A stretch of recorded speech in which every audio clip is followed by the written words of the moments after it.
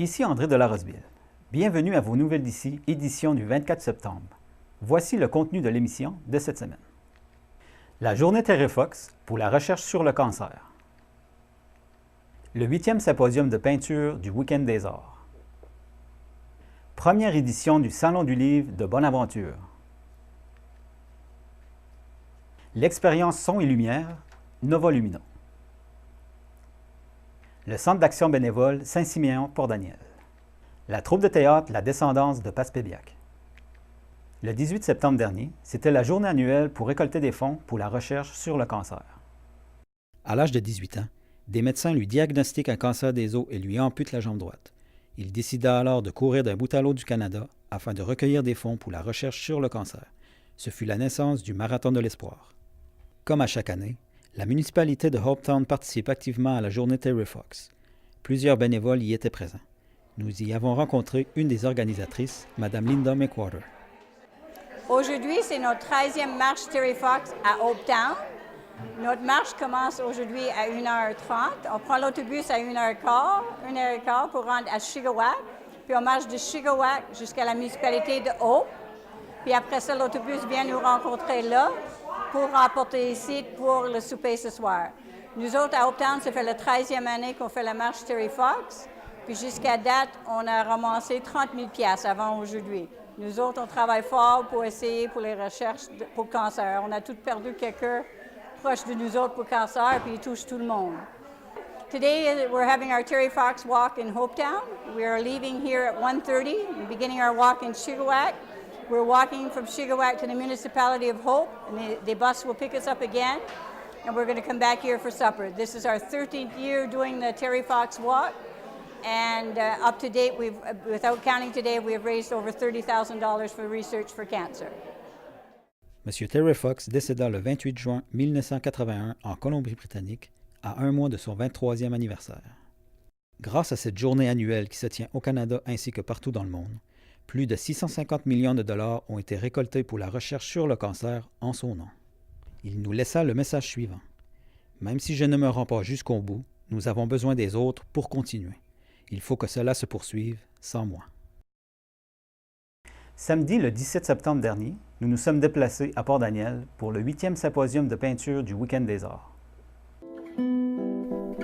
En fin de semaine dernière, à l'église de Port-Daniel, se tenait le 8e symposium de peinture du Week-end des Arts de Port-Daniel-Gascon.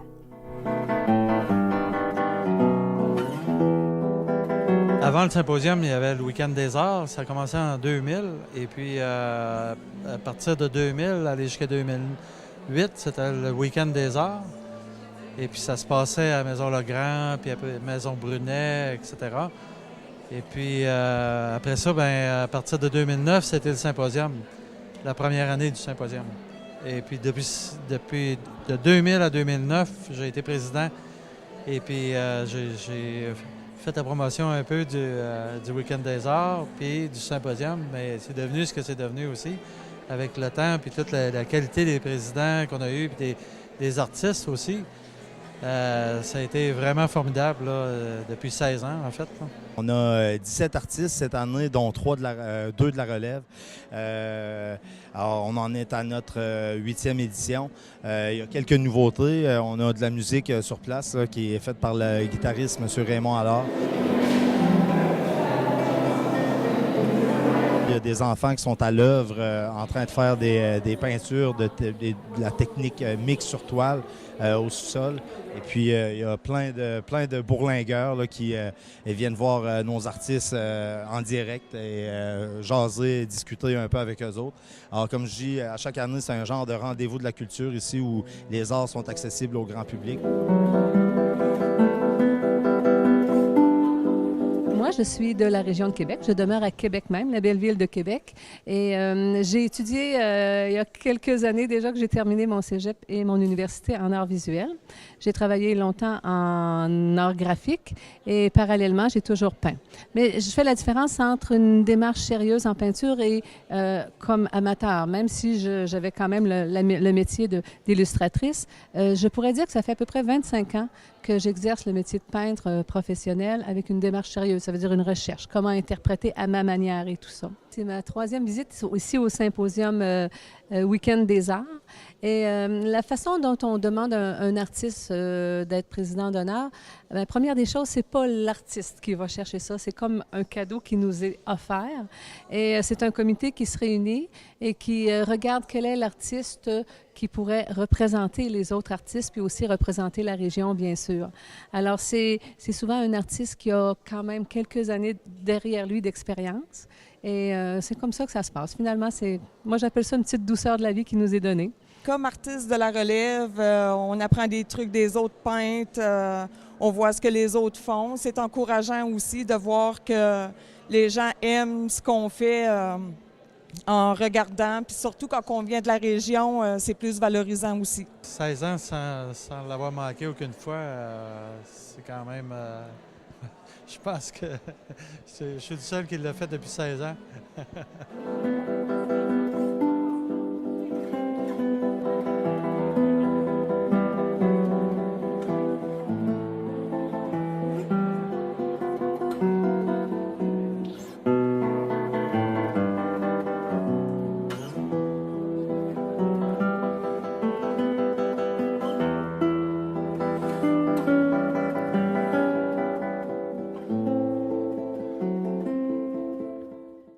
Les 21 et 22 octobre se tiendra la première édition du Salon du Livre à Bonaventure.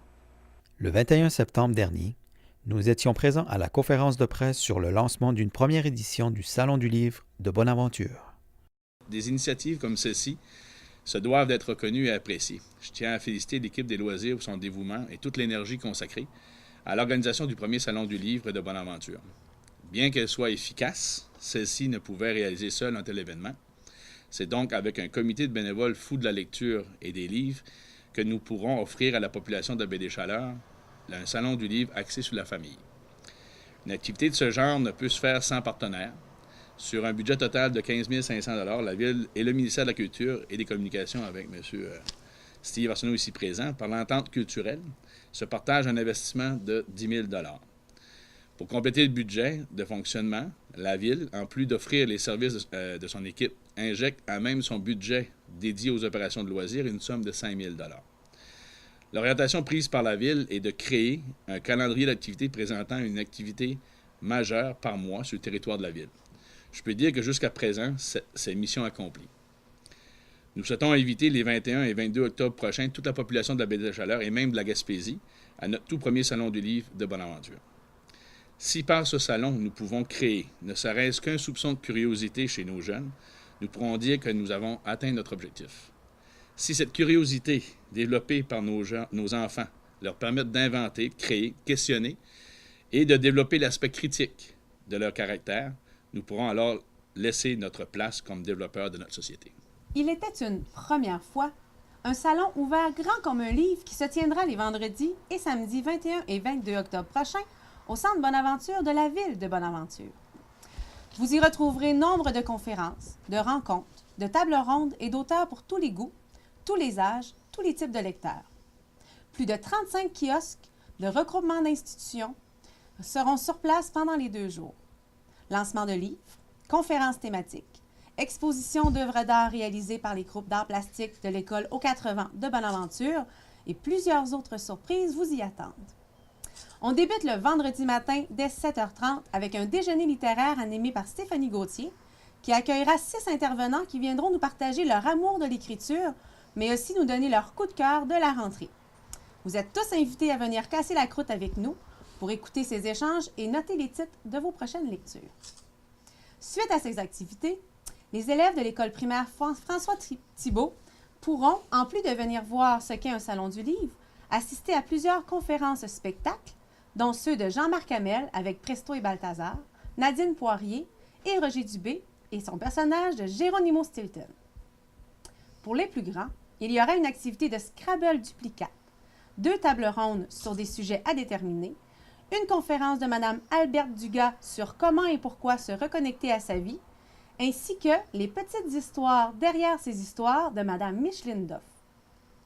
La journée du vendredi se terminera avec en finale une pétillante conférence de Philippe et Ednée de Vienne qui nous partageront leur vision culinaire pour le plaisir de tous. C'est donc de 7h30 à 21h. que la première journée vous émerveillera. Le samedi 22 octobre, c'est sous une thématique plus familiale que nous accueillerons les érudits de la lecture et de l'écriture. Plusieurs activités pour les enfants, des plus petits aux plus grands, seront présentées. Jean-Marc Hamel, Roger Dubé et Nadine Poirier seront de retour avec du nouveau matériel. Il y aura aussi lancement de livres jeunesse, dont 4 de Nadine Poirier et le dernier de Gérald Tremblay. Madame Pauline Dugas viendra nous présenter Happy, le lutin parfumeur, en nous offrant une exposition des illustrations du livre et une lecture publique. Deux autres tables rondes seront présentées le samedi et pour clôturer le salon, il y aura une conférence de Nathalie Roy, suivie d'un apéro bulles et sucreries. On vous attend donc de 9h le samedi matin et ce jusqu'à 16h pour les kiosques, mais jusqu'à 17h30 pour la dernière présentation. Pour cette première édition du Salon du livre de Bonaventure, venez découvrir autrement le plaisir de la lecture.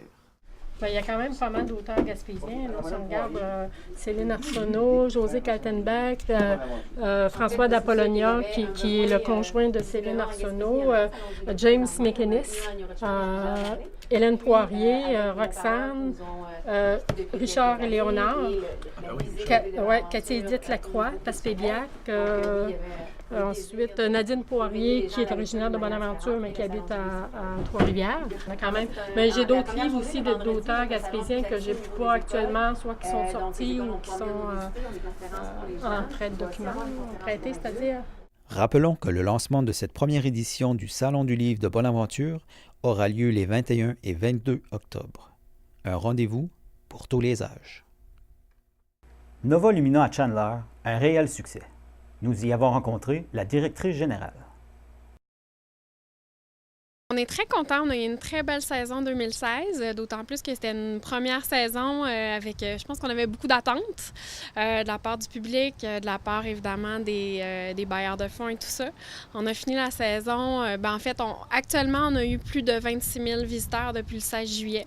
Puis c'est sûr qu'on se croise les doigts. On aurait aimé franchir le cap du 30 000, mais c'est certain que pour l'an prochain, on va viser un 40 ou un 50 000 visiteurs. Mais ça a été vraiment une belle première saison. Les gens étaient contents. Les gens ici sont très heureux. Puis je pense que ça a été un beau projet pour Chandler. On commence déjà à prévoir notre saison 2017. C'est certain que nous, on va réinjecter de l'argent dans le projet. C'est un projet initialement qui, dans le fond, un investissement de 2 millions de dollars, ce qui est un investissement majeur pour la région, qui a créé, oui, plusieurs emplois. Au plus gros de la saison, on était 25 employés chez Nova Lumina, donc c'est vraiment excellent pour la région de Chandler. Puis c'est certain que nous, on revient d'une année à l'autre, alors ça a des retombées économiques importantes, oui, pour nous personnellement, Nova Lumina, mais aussi pour tous les restaurateurs du coin, les hôteliers, les commerçants dans le fond de Chandler qui vont vraiment, je pense qu'on commence à ressentir l'effet Nova Lumina, un peu comme ce qui s'était vu à Quaticook avec Foresta, c'est-à-dire qu'il y a un nouveau joueur dans le secteur touristique, puis tout le monde vient se coller à nous, à notre succès. Puis je pense que justement, ça peut avoir quelque chose de très positif pour la région, là, d'avoir un moteur touristique comme Nova. L'an prochain, c'est certain qu'on veut faire des ajouts, des bonifications. On a déjà 6 stations sur le parcours. L'histoire va rester sensiblement la même. Les stations qui sont déjà là vont rester en place telles quelles, mais on est conscient qu'il y a certains secteurs qui pourraient être modifiés, bonifiés. Donc, il y a de l'argent qui va être réinvesti. Il y a toute une démarche créative avec Moment Factory qui va être entreprise pour l'an prochain. Puis c'est certain aussi que l'an prochain, bien, on veut accueillir plus de visiteurs. Cette année, on avait des limitations à 100, 110, puis éventuellement 150 personnes par départ. Pour l'an prochain, on parle davantage de 200, 250 personnes par départ. Donc, on veut permettre à plus de gens de rentrer sur le parcours sans nécessairement, toutefois, se retrouver avec trop de gens qui rentrent en même temps. Là, on ne veut pas briser la magie et l'expérience. Puis c'est certain aussi que pour l'an prochain, on souhaite ouvrir plus tôt. Donc, nous, c'était une première saison. Il a fallu implanter. Il a fallu évidemment mettre à niveau le terrain. Alors, tout ça a fait qu'on n'a pas pu ouvrir avant le 16 juillet. L'an prochain, on regarde davantage pour la fin des classes, donc fin juin. Puis on se rendrait jusqu'à l'Action de grâce, en fait, en 2017. À la base, petite histoire de Nova Lumina. En 2014, à Quaticook, ils ont lancé Foresta Lumina, qui est un autre parcours nocturne qui a été créé par Moment Factory, le premier dans le fond de la famille des Lumina. Puis ici, il y a une réceptionniste, Pauline Boulay, de la SADC, qui a vu ce qui se passait à Quaticook, qui est allé voir, qui a tellement aimé son expérience, qui en a parlé à sa directrice générale, André Roy, qui, elle, est très bien connectée dans le milieu économique et touristique de la région et qui s'est dit, ça nous prend ça chez nous. On était vraiment, je pense en 2014, on était en train à Chandler de prendre le virage vers le récréotourisme, puis ça s'insérait bien justement dans ce virage-là avec le circuit des bâtisseurs, le circuit de la digue, la passerelle et tout ça. Et donc, André Roy de la SADC est venu chercher l'appui, dans le fond, de différents acteurs du milieu économique, du milieu touristique de Chandler. Et ils ont monté un projet, dans le fond, sont allés chercher des bailleurs de fonds, ils ont approché des ministères et ils ont approché Moment Factory en disant, bien, nous aussi, on en veut un parcours. Alors, oui, c'est Moment Factory de Montréal qui a créé, conçu l'idée derrière Nova, mais ça reste que le projet de départ, l'embryon, la première étincelle est venue d'une initiative vraiment locale, là. Donc, c'est vraiment des gens d'ici qui ont dit, nous aussi, on en veut un projet comme ça. Puis je pense que, puis je le répète, puis c'est un peu kitsch, mais j'y crois beaucoup. Je pense que oui, c'est un projet qui est porteur économiquement, mais je pense aussi que c'est un projet qui est porteur pour les gens d'ici parce que ça les rend fiers, ça leur permet de rêver. Puis en Gaspésie, comme vous le savez, je pense que on ne l'a pas toujours eu facile dans les dernières années. Puis on a vécu des fermetures d'usines, on a vécu, limite, même si on remonte à 10-15 ans, des fermetures de villages. Puis je pense que les gens ont de plus en plus besoin d'avoir des projets qui les allument, qui les branchent. Puis je pense que Nova Lumina, sans faire de jeu de mots facile, a rallumé des étoiles dans les gens d'ici. Puis nous, on est très fiers de ça, là. Une nouvelle saison qui débute pour le Centre d'action bénévole de Saint-Siméon-Port-Daniel. Bonjour, Madame Bugeaud. Bonjour André. Avec l'arrivée de l'automne, comment s'annonce cette prochaine saison? Bien, pour le Centre d'action bénévole, disons que l'automne, c'est je dirais comme un recommencement. C'est sûr que l'ensemble de nos activités, ou presque, se poursuivent toute l'année. Durant l'été, c'est sûr qu'on arrête la popote roulante parce que, je veux dire, il y a le problème financier, bien sûr. On n'aurait pas de sous pour donner ce service-là durant toute l'année. Mais aussi que nos traiteurs ne seraient pas tous disponibles durant la période estivale. Donc, c'est sûr que la popote roulante est recommencée le 7 septembre, je crois, et sur l'ensemble du territoire. Donc, et à peu près le même nombre de personnes que l'an dernier qui reçoivent ce service-là. Donc, tout le monde et les bénévoles sont à l'œuvre là, le mardi et le jeudi pour rendre visite aux aînés, aux personnes malades, leur apporter leur repas chaud à domicile. Un complément, si tu veux, avec... excuse-moi, je te tutoie, là, mais un complément avec, par exemple, la popote roulante, c'est les petits plats givrés qui se sont continués tout l'été où des bénévoles ont été à l'œuvre pour préparer des bons plats équilibrés, vraiment santé, pour répondre à un besoin de la clientèle qui, dans le fond, durant la période estivale, n'avait pas accès à la popote roulante. Et aussi, c'est d'autres clientèles qui reçoivent ce service-là. C'est d'autres personnes, dans le fond. C'est peut-être quelqu'un qui sort de l'hôpital, une période temporaire va avoir besoin du service, tout ça. Donc, les petits plats givrés, ça se continue. Et j'ai une belle nouvelle, d'ailleurs. Les petits plats givrés, je vous avoue qu'on se posait la question, est-ce qu'on va pouvoir continuer ce service-là pour la prochaine année? Parce que c'est un financement non récurrent. Et grâce au Fonds québécois d'initiative sociale, un projet qu'on a monté en mai, et le Fonds de développement du territoire de la MRC Bonaventure, puis une précieuse collaboration du New Carlisle High School, je dois le dire, on va pouvoir continuer à partir du 1er octobre prochain jusqu'au 30 septembre l'an prochain. Donc, les petits plats givrés sont garantis. Le service est assuré pour toute la prochaine année. Donc, ça, c'est une excellente nouvelle parce qu'on se posait la question si on allait pouvoir continuer ou non. C'est sûr que l'automne, pour nous, ça représente aussi le petit journal des membres qui sort.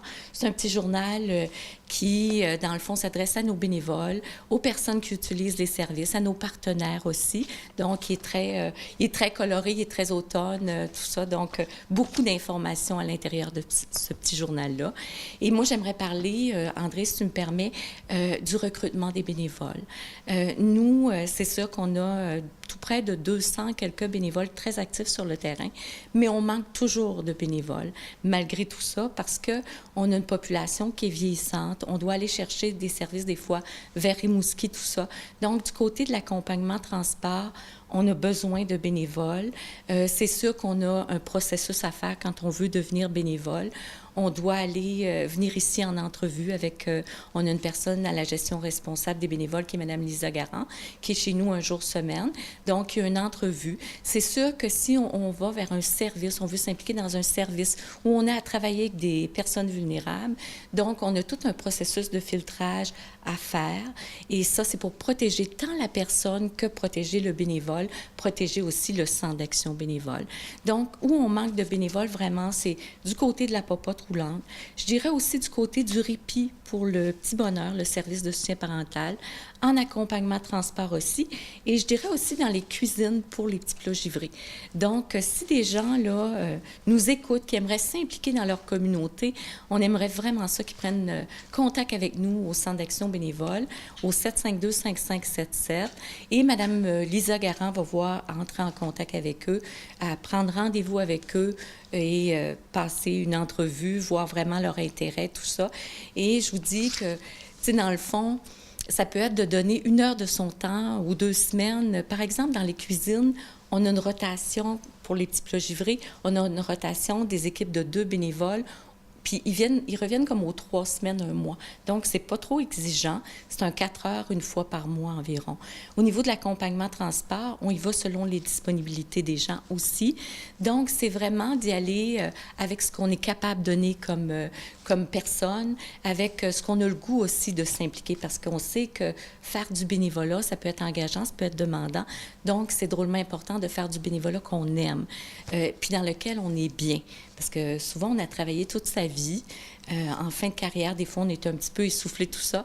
Donc, de prendre une petite pause, puis de s'impliquer dans quelque chose qu'on aime. Je sais qu'il y a beaucoup de bénévolat qui se fait dans différents secteurs d'activité, mais entre autres, en santé, souvent, on en manque. Et c'est ça. Si des gens nous écoutent à la maison, qui aimeraient s'impliquer avec nous, l'accueil sera grand parce qu'on a vraiment besoin de gens. Bien, merci beaucoup, puis bon début de saison. Merci beaucoup, puis merci à Télévague d'être venu nous rendre visite aujourd'hui.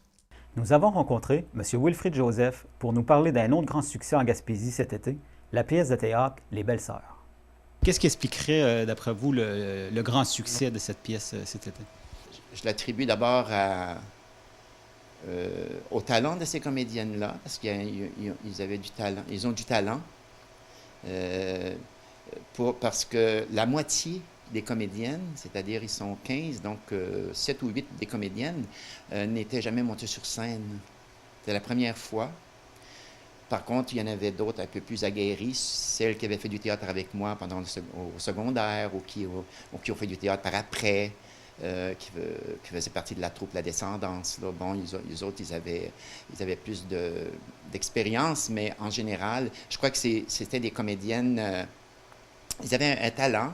Il y a la mise en scène. Je vais me vanter un petit peu, là, parce que la mise en scène, c'est moi. Mais j'ai beaucoup insisté dans ma mise en scène, sur le rythme qu'il fallait donner à cette pièce-là, parce qu'il reste que Les Belles-Sœurs, c'est 15 femmes assises dans une cuisine en train de coller des timbres. Donc, c'est sûr qu'ils sont assises, mais il faut qu'ils bougent à un moment donné. Il faut que ça bouge, il faut qu'il se passe des choses. Et aussi... donc, une mise en scène plutôt dynamique. Le rythme, bon rythme, parce que la pièce dure 2 heures. 1 heure premier acte, 1 heure le deuxième acte. Pas de longueur. Les gens disent ça passe très vite. Donc, c'est ça qu'il faut entendre quand on sort d'un spectacle. Le spectacle a passé très vite. Il a duré 2 heures. Donc, on se dit ça a marché. C'est bon. Puis, aussi, j'ai aussi pris le texte à 2 niveaux, c'est-à-dire le niveau un petit peu comique, si on veut, et le niveau un peu plus dramatique. Parce que ces femmes-là, les Belles-Sœurs de Michel Tremblay, ce sont des femmes du peuple, des femmes qui viennent du plateau Mont-Royal, à Montréal, un quartier pauvre de Montréal. Pas aujourd'hui, mais à l'époque, oui, dans les années 60. Et donc, ces femmes-là, bien, c'est des femmes à qui on n'avait jamais donné la parole. Des femmes dans la misère, des femmes qui ont vécu, des mères de famille, des femmes qui travaillent au travail. Et il y a aussi le côté dramatique de ces femmes-là qui mènent, en fait, comme elles le disent elles-mêmes dans la pièce, on mène une maudite vie plate. Et donc, je crois que la première partie est un peu plus drôle. La deuxième partie, on se rend compte que ces femmes-là, quand même, ils vivent un drame. Ils n'ont pas beaucoup de paroles. Et donc, ils vont se dévoiler surtout dans la deuxième partie. C'est ça qui fait que, je pense, qui touche le public le plus. Je crois que c'est cette facette-là de ma mise en scène, là, je crois. Et est-ce que ça représente des coûts importants, monter une pièce comme celle-là? Moi, faire du théâtre, ça coûte cher. C'est ça, les gens, ils n'ont pas idée. Je crois que les gens disent « Ah, vous avez eu du public, vous allez faire de l'argent avec ça. Mais il y a beaucoup de dépenses. Entre autres, par exemple, on pense, très peu de personnes pensent qu'il faut payer les droits d'auteur. Je ne peux pas jouer la pièce de Michel Tremblay sans payer des droits qui s'élevaient presque à 1 500 $. Donc, c'est déjà... on n'a pas joué la pièce encore et on doit 1 500 $. Là. Parce qu'on ne sait pas ce que ça va être un succès. Ça a été un succès, mais on ne sait pas quand on joue une pièce qu'elle va connaître un succès comme celui-là. En plus, il y a les décors, les costumes, le maquillage. Le maquillage, tu vois, on dit, ah ben, les femmes se maquillent, oui, mais il y a 15 femmes qui vont se maquiller pour 10 représentations. Donc, ça peut aller jusqu'à 400-500 $ de maquillage, la publicité, les décors, le matériel technique, les techniciens, la location de la salle. Il faut, sinon, ce sont tous des choses des fois qu'on oublie, mais qui font partie, qui sont là, puis qu'il faut faire attention parce que quand on monte une pièce de théâtre, il faut faire attention aux dépenses parce qu'on ne sait pas, est-ce qu'on va être capable de renflouer? On peut investir dans la pièce, mais on ne sait pas si ça va toujours marcher. Voilà. Y a-t-il des choses qui s'en viennent pour les années prochaines? Bien, l'année prochaine, à Passepébiac, c'est 50 ans de théâtre, parce que la première pièce de théâtre a été jouée à l'École Notre-Dame, là même où est construit le centre culturel présentement. C'est-à-dire, la première pièce a été jouée là, et en 67.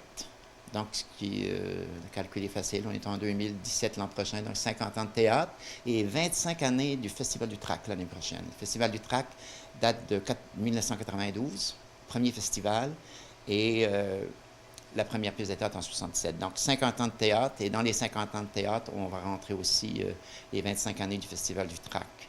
Alors, on espère, en tout cas, on est en train déjà de travailler là-dessus, on espère souligner ces 50 ans-là, plus les 25 ans du Trac. Et déjà, je peux pas tout dévoiler, mais je peux vous dire qu'il va déjà y avoir une exposition avec tout ce qui s'est fait, bien, tout, ou en partie, parce qu'il y a des choses qui se sont perdues quand même en cours de route avec les années, mais la plupart sont conservées au Musée de la Gaspésie, de tout ce qui a été fait. Donc, on va probablement arriver à faire une exposition avec tout ce matériel-là. C'est des affiches, des textes, des vidéos qui ont été tournées avec les différentes pièces montées surtout par les jeunes, hein? Mais il y a aussi des troupes d'adultes. À l'époque, il y avait aussi des troupes d'adultes, comme les Dragueux, ça s'appelait dans le temps, le Théâtre du bout du monde. Puis chez les jeunes, la troupe qui a été la plus marquante, ça a été les Mal-Aimés. Donc l'année prochaine, on va essayer d'avoir l'exposition, puis après il y aurait d'autres activités, mais que je ne peux pas dévoiler pour le moment. En terminant, voici la chronique Rendez-vous.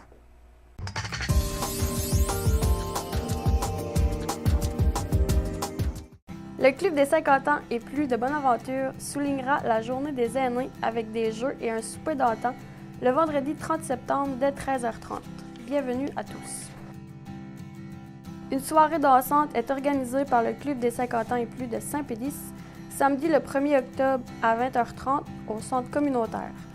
Musique Les Copains, entrée 5 $. Il y aura une après-midi amateur avec la musique Les Copains le dimanche 2 octobre à 13h30 au local de l'Âge d'Or de Port-Daniel. Un super whist militaire est organisé par le Club de l'Âge d'Or de Newport mercredi le 5 octobre à compter de 20h. Un léger goûter sera servi. Bienvenue à tous. Déjeuner de l'Action de grâce organisé par le Club des 50 ans et plus de Port-Daniel le dimanche 9 octobre de 8h à 12h30.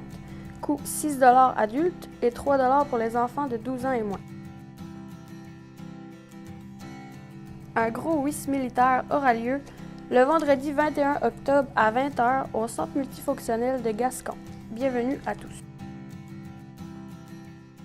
Voilà ce qui complète l'édition de nos nouvelles d'ici du 25 septembre. Merci beaucoup d'avoir été avec nous. On se redonne rendez-vous la semaine prochaine.